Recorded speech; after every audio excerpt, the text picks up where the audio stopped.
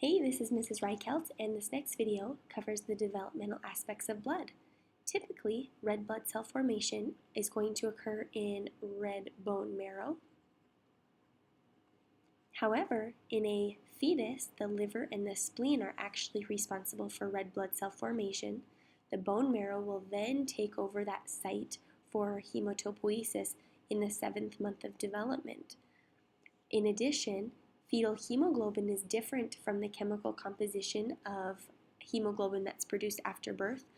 A fetus's hemoglobin is chemically different because they do not have to breathe oxygen at that point, whereas after the birth of an infant, that hemoglobin then is responsible for carrying oxygen, which changes the chemical composition. Lastly, physiologic jaundice, which is a yellowing appearance, so a yellowish eye color or yellowing skin, results when an infant is unable to get rid of the body's hemoglobin fast enough, faster than they can be produced.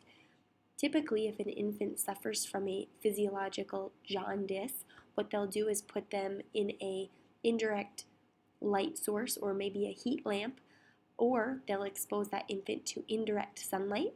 Once they are in there for a few days or maybe even less time, that hemoglobin will start naturally being broken down and that jaundice coloring will go away.